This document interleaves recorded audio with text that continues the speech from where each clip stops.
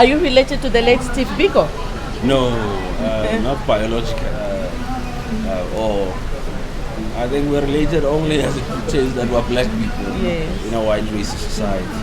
But no, he's got his family, he's got his children. Yes. He's our leader. Yes. We consider him one of our brightest and bravest leaders to ever lead our movement. And we simply take the baton from him to move forward. Wow, that's beautiful.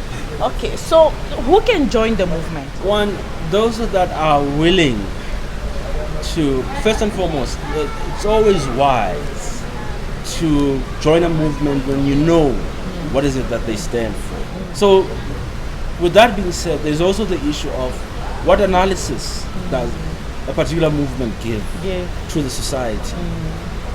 Once you understand the analysis that they are giving and you understand it fully, then you are able to commit yourself to that situation. In our situation, we understand that we are dealing with absolute megalomaniac capitalism. We are dealing with endemic white racism and white supremacy.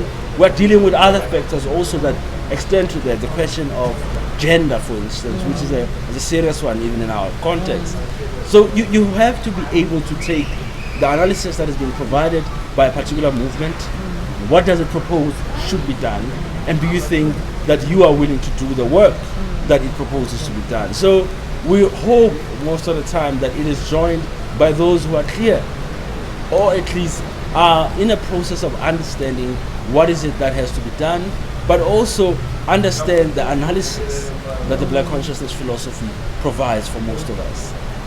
For the main, it is restricted to black people. You know, we want to do things for ourselves, and that is why the philosophy of Black consciousness also spoke about self-determination and self-reliance, to say for Africans, for black people who have not been able to do things for themselves for almost 400 years, 500 years, it's quite critical that for them they learn to do. Now, if there are those who are willing to do that, they should. And in the same vein, we are also not just simply a nationalist movement. We are quite internationalist in the sense that, one, the black experience is an international experience. Black power is an international position as well. And at the same time, while we have that international look, we share solidarity with the workers of the world that are being oppressed by capitalism. We have a view of organizing within. In the same time, we have a view of showing solidarity to organize from outside as well. And that is important. It's important also for our brothers for brothers and sisters who are from Africa to say, look, it really won't do much to come and join the Black consciousness movement in occupied Azania. Try and start it perhaps in Congo. Try and start it somewhere else, or find out if there are no people that are active where you are.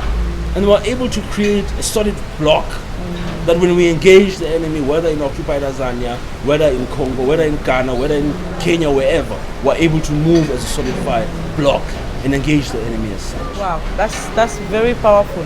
So, you just said something here. We need to destroy the system in a way for you to move forward or to live as African people.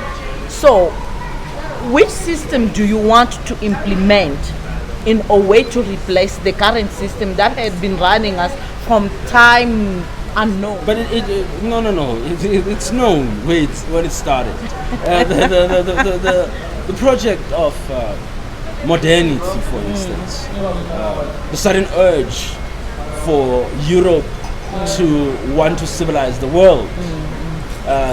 Is something that can be dated historically, whether around 800 something AD moving forward. Same time, you have a change in the arts or in religion.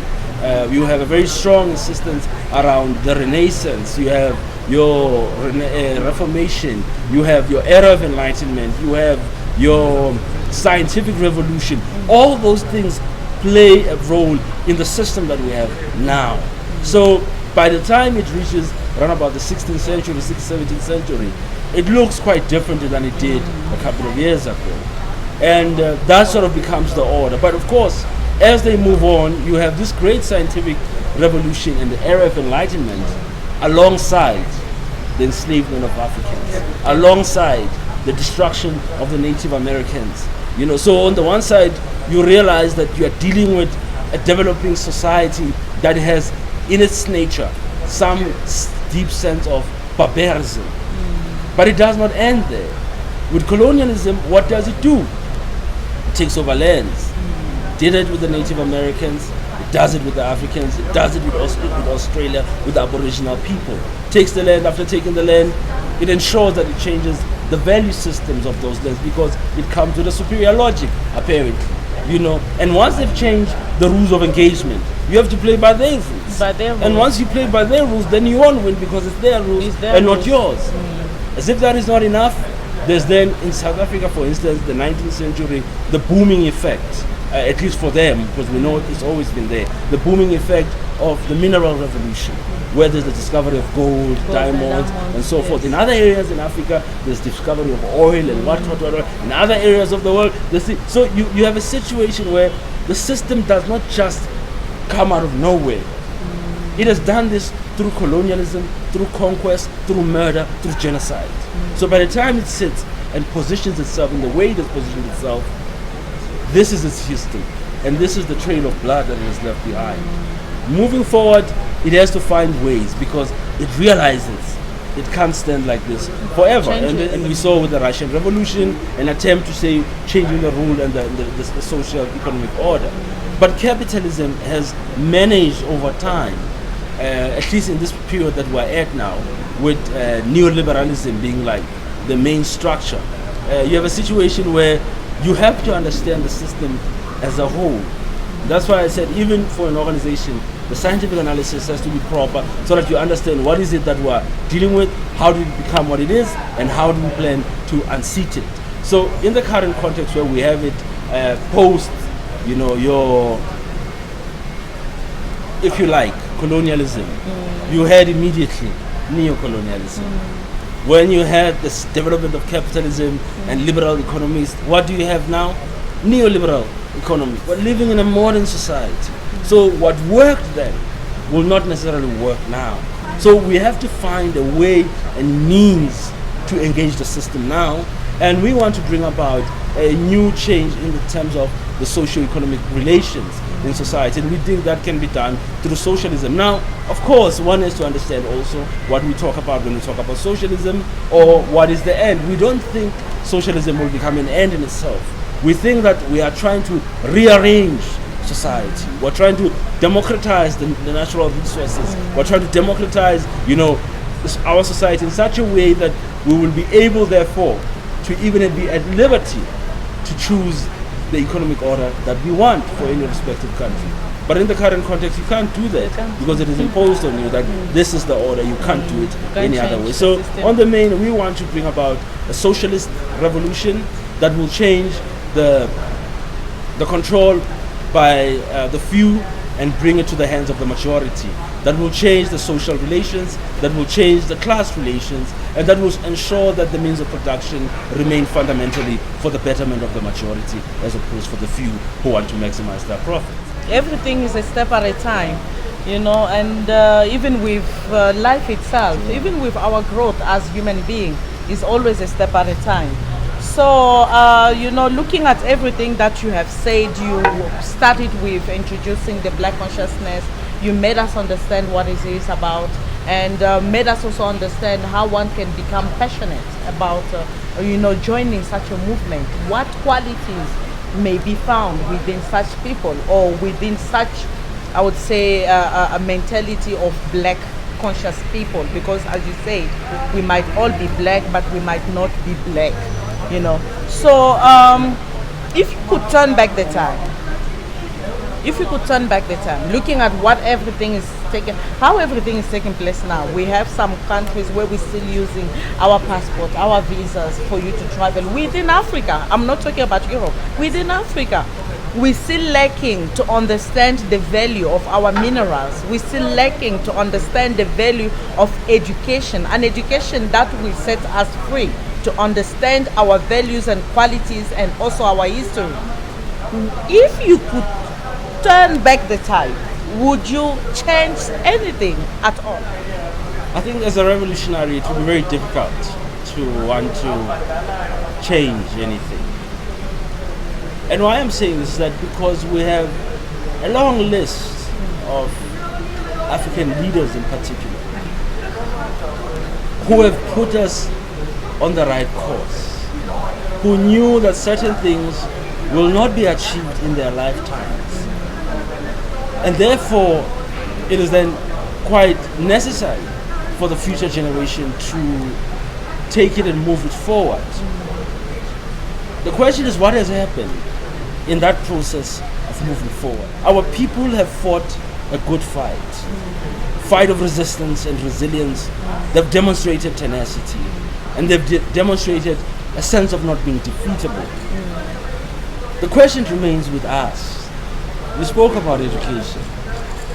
Of what value is this education? Tiro told us that we, black graduates, by virtue of our age and our time, are being called upon to engage in the struggle for our liberation. He spoke about that our former leaders have become balls of the same machine that is crushing us as a nation. And we have to go back and teach them again.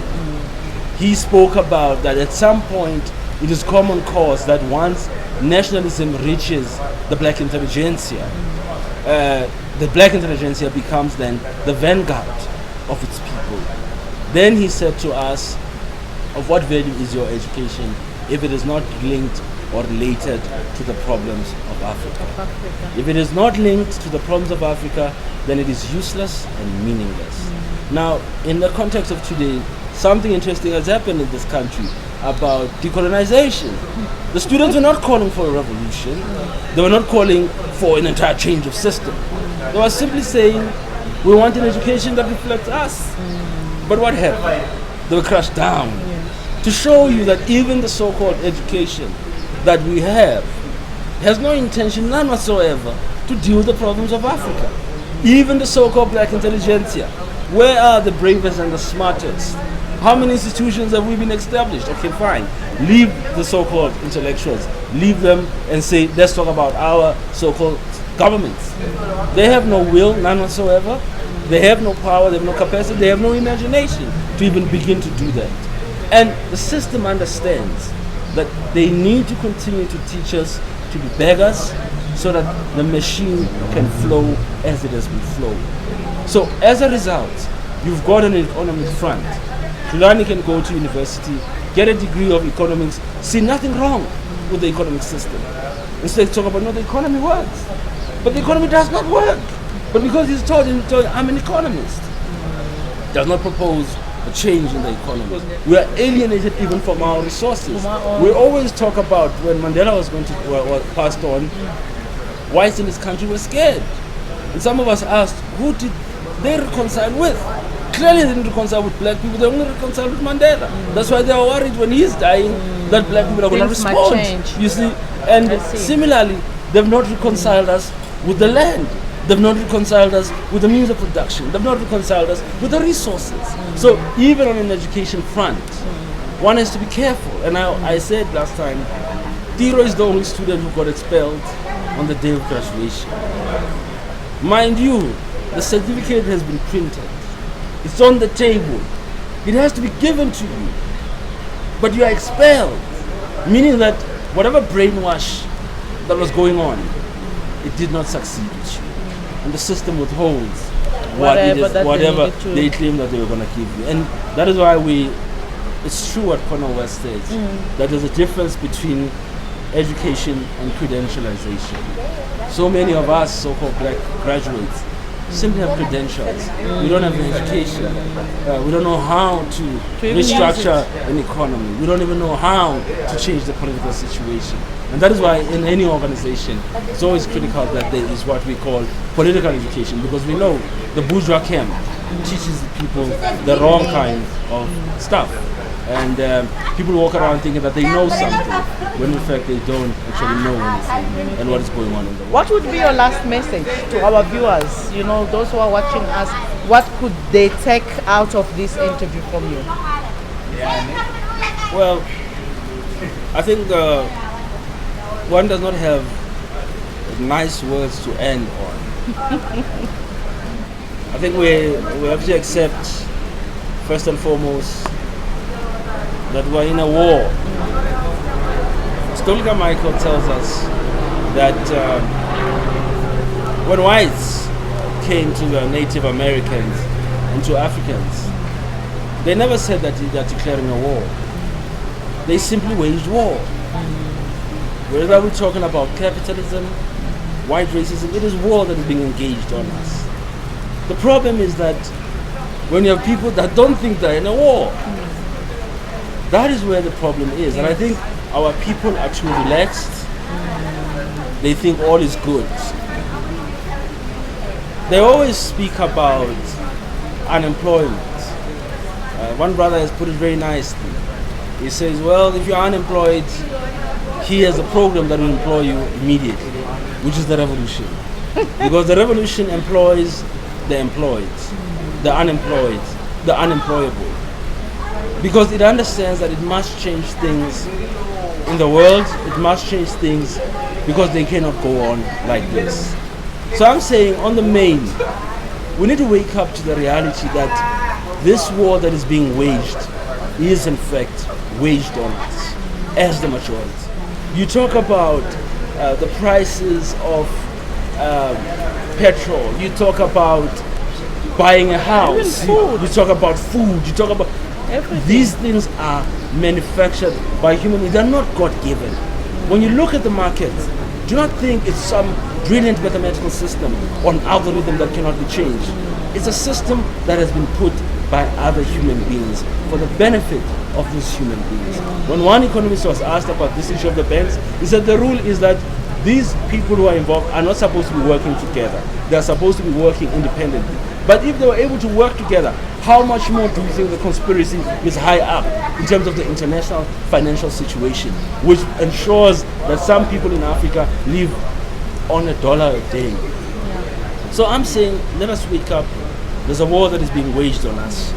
And this war will not and cannot be left to chance that things will come about and peace will come about. And even worse, for Africa, we learned that apparently 65% of Africa is youth. Now, you're telling me we want to have 65% of youth in Africa that are going to inherit poverty, inherit landlessness, inherit lack of control of the resources and the means of production, inherit all these deplorable conditions that exist here in Africa but also in the world at large. Where are these so-called educated guys that you talk about? Where are these smart guys? You know, this is the condition that we find ourselves, and we are making a call to say, let us begin to do one thing that white people have known, they've ensured in fact that we are not able to do, which is to organize against them. And once we have organized against them, definitely we'll trample them. One Azania, one nation. One Azania, one nation, and which is very beautiful, touching message today. With it said, that's the end of our interview.